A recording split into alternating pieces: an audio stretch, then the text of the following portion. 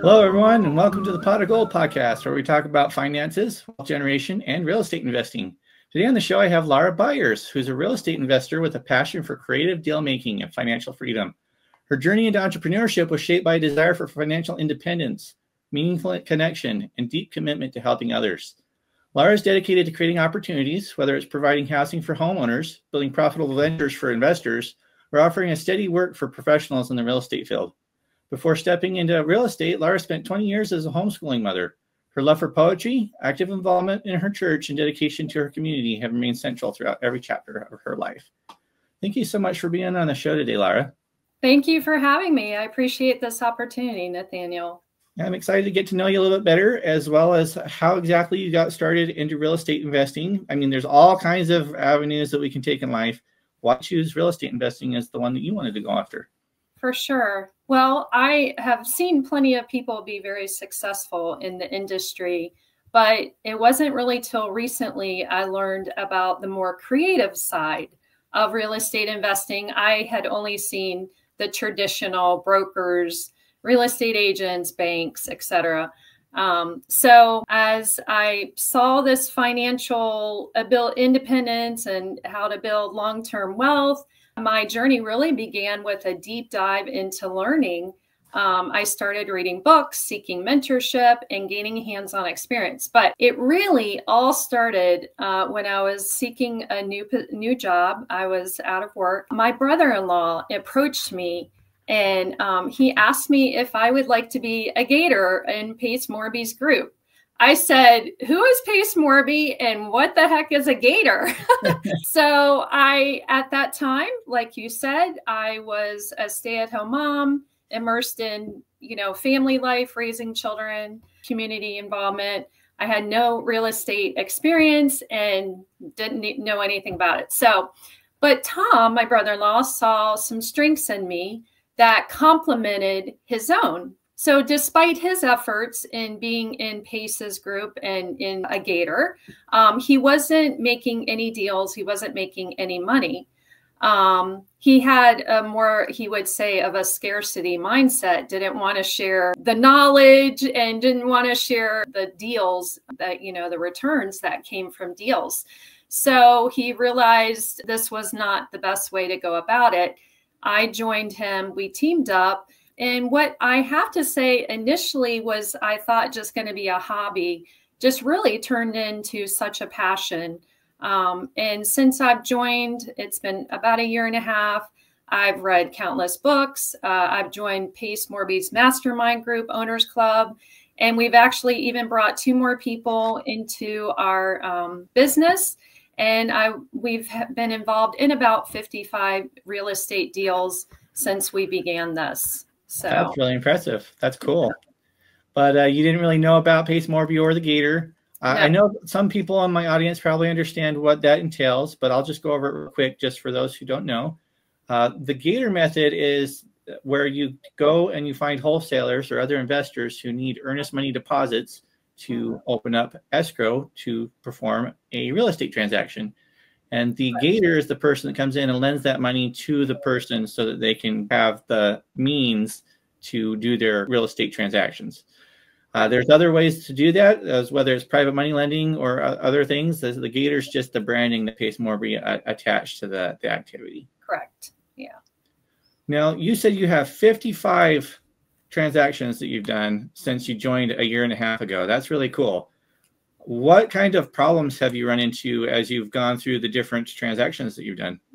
Well, I think like any entrepreneur, you face challenges. We've navigated some pretty complex deal structures. And there is this balance of, I have deals, now I need funding. And then it's switch. Oh, I have a lot of funding, but I don't have deals. So it's a bit of a seesaw in finding that balance. So working through those issues. And then also a lot of mindset issues, pushing through imposter syndrome, which is just basically when we experience feelings of intellectual or professional ineptness. So mindset is something that I've really had to work on as I've come out of a season of being a stay-at-home mom, battling self-doubt, feeling overwhelmed, like I'm drinking from a fire hydrant, and just embracing the personal growth that comes with stepping into new opportunities. So real estate really, it hasn't been just a business journey. I would say it's been a journey of transformation, which I was not expecting. I was viewing this merely as I'm going to do a job and a business, and I didn't realize how personal it would become. I would say one significant lesson that I have learned is knowing when to pivot in life. It really requires some self-awareness, adaptability, and a whole lot of courage. Yeah. Sometimes the path that we're on, those seasons come to an end for various reasons, and the things we're doing no longer serves our new season of life, or it doesn't align with our values, or it just doesn't work. So pivoting really is not about giving up. It's just about strategically shifting our direction to pursue something other than what we were doing and align with that purpose in our new season of life. So it's really learning to embrace change with an open mind. When you've been in a long season of, like I was with parenting, it's challenging, but at the same time, exhilarating. Yeah, it's been an adventure for myself as well. And I really like some of the things that you mentioned, the mindset and these feelings of imposter syndrome. You ever have a time where you're like, what the heck am I doing? Why am I even putting effort into this? Actually, this past Wednesday. Okay. And what I've learned, when you are struggling with self-doubt, Pace would call that a human problem. That is not a Laura problem. Human problems are things that we all face, and I would say to others, don't be shocked by those feelings of ineptness and self-doubt and, the things that come with pursuing this, being good in this industry or in anything. Those are feelings that are common to all of mankind, and don't make decisions when you are in that little stage thinking. Just get the support you need and the encouragement. My business partner and I, we have this running joke that if he's going to have a Debbie Downer day, I'm gonna be on the up and encourage him, and and we can take turns. But just having other people to encourage you is really key to just pushing ahead, because it's a bit of a marathon if you're going to do this well. I like that you say that if you have a partner with you to kind of help you uplift yourself.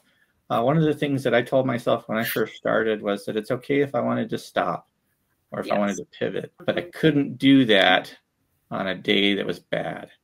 If I was going to make that decision to change or pivot, I had to do it on a day where I had a good mood. That's right. It's almost like, don't ever go to the grocery store hungry. Yeah. It's bad timing. So timing is key for sure. Definitely. Well, that's really cool. I like the insight on that, and the fact that some of these things that we go through as entrepreneurs, it's not unique to being an entrepreneur. It's the human experience. And we like to have happiness all the time, but that's not how it works. We have to learn how to go through the negative emotions as well. Exactly, for sure. Well, what does the future look like for Laura Byers? Well, so right now we are just focusing on improving our systems and processes in the lending side of EMD and double close. We have expanded into hard money lending, so we can do DSCR, fix and flip, new construction. So the goal is to eventually build a sustainable and efficient operation that can serve real estate investors nationwide. And I would also like to move into co-living. So co-living is a strategy where we buy a property and we can have multiple unrelated people living under one roof. So our big, on a grander scale, my partner and I hope to find suitable housing for foster kids that are still in the foster care system. That system is overwhelmed. Mm. They have children sleeping in offices and on the floor. There are not enough families to adopt.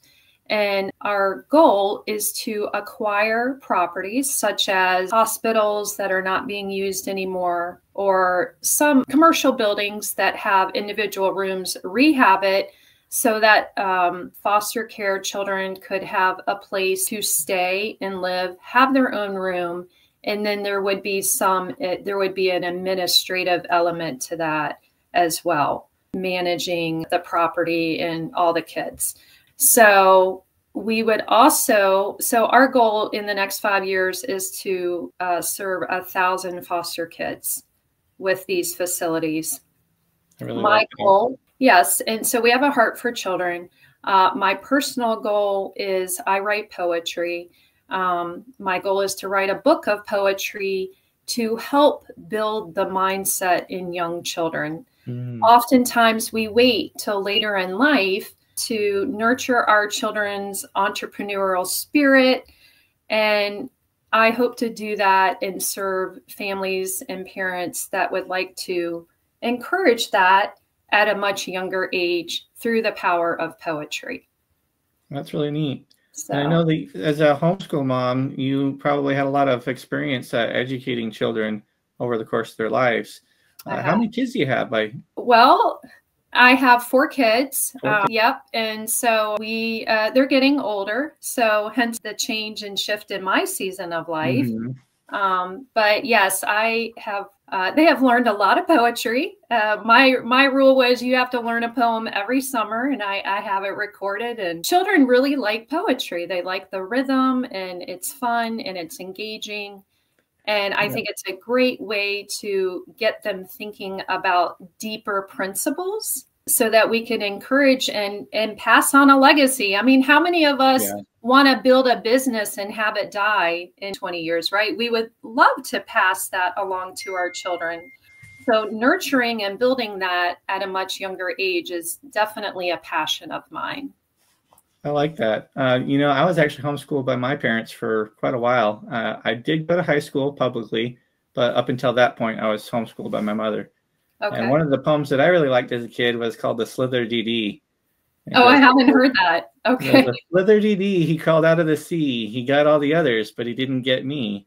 Oh, you Slither DD who crawled out of the sea. He got all the others, but you didn't get. Let's see, you still remember it. Yeah. You still remember that. So it's such a poetry. It's a lot like music. We can learn words to music, or in other ways, maybe, whereas we might not be able to learn those words without the tune. I find poetry a great tool and aid for memorizing, and then just being able to get kids to think more deeply than they realize they will about, you know, entrepreneurial or just mindset issues. So I'm looking forward to the project. For sure. Definitely. It's actually really close to my heart too, because my wife and I, we struggled for 8.5 years to have children. And so our next course of action, we were thinking that either we'd have to go through IVF or through adoption. But both of those options are really expensive. It's like 15 to 30 grand, whether you want to adopt or you want to do in vitro fertilization. And so we just kind of put it off for a little bit because we figured we needed to get our finances in order. And then all of a sudden our little boy showed up. Oh, I don't know what changed, but thank you. I appreciate that. It was always a dream of mine to be a father. And so it was a real struggle for those 8.5 years. But now we have our little miracle baby, and I'm so happy about that. That's wonderful. But I would like to see more children in our future, whether that's our own children or if we have the opportunity to bless other children that need it. Yes, there's definitely a lot of children that need good homes. So that's a great story. Well, I'd like to get kind of your perspective on things. I know you did a lot of learning before you went into the real estate realm and joined with Pace Morby and all these other things. Do you have any recommendations for resources or educational material for people to start with if they're just getting started? For sure. Well, I recommend reading. It's largely inexpensive to buy books, right? You can go to the library for free. A couple books my very first book that I read, which is very well known, is Rich Dad, Poor Dad by Robert Kiyosaki. It's basically a book that challenges traditional beliefs about money, wealth, and financial independence. So highly recommend that. Other books that have really impacted me are Buy Back Your Time by Dan Martell. How to Win Friends. Right here. Oh, yes. Wonderful book. Yeah. Very recommended myself too. You can download a whole little workbook out of that online for free and do that as well. So I recommend his book, How to Win Friends and Influence People by Dale Carnegie. Dale Carnegie, yeah. A very good book. And then one maybe lesser known book that has really influenced me it's by Dr. Henry Cloud. The book is Necessary Endings. And this book is really about the power of letting go, whether it's relationships, business ventures, personal habits that no longer serve you. It helps readers recognize when it's time to move on and how to do it effectively. And one of the goals of the book, which I like, is to normalize endings. Many times we grieve them and we think it's abnormal, but it's not. So highly recommend that book. No, that's really interesting. And I think, I don't know what your opinion is on this, but I've noticed that a lot of people in my generation suffer what's called the Peter Pan complex, where they are very reluctant to let go of their childhood and to move on to more mature activities. Yeah. And I feel like that has kind of been lost, is that yes, childhood is valuable, but once you reach a certain age, you should be moving on and becoming more mature and taking on more responsibilities. For sure. So I think that's a really cool recommendation. Thank you for that. I would recommend the book by Ben Sass called The Vanishing American Adult.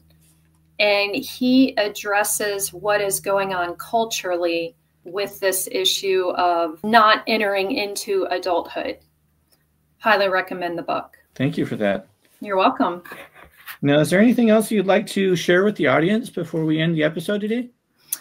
Well, I can tell you that confidence is a hot topic for me right now. Even just coming onto the podcast, I felt anxious and this is new and I don't want to do it. And I think often what happens is we want to have the confidence and then we want to do the hard activity. But oftentimes it's reverse. We have to do the hard thing, trust the process, do the deed, and then we build confidence after that. And so I just want to encourage people that are new in this industry to be doing the hard things, because when you do them, you will learn a lot and you will be able to just work out of that knowledge. If you never do anything, you're not going to become more confident. Yeah, no, I agree with that 100%. Would you believe that when I first started my podcast, I was shaking in my boots? Oh, no. I was terrified that I was getting in front of this camera to talk to somebody in front of the rest of the world. And once I got talking to him, I just realized I'm just having a conversation. Right. And it was blown way out of proportion. I think it's Alex Hormozi who says that fear is an inch deep and a mile wide. So it looks really big and scary, but it's really shallow. And I've taken courage from that and strength, because there was a very long time where I was paralyzed by fear. And taking the action is the only thing that really allowed me to start to get around it. Right. Well, that's true. And if I can just remind people that it's a journey and a process, and really the success comes from persistence, learning, and failure. Pace Morby always says, if you're not failing, you're not doing anything. And so oftentimes we don't want to experience any failure. And then when we do experience it, we think we're doing something wrong.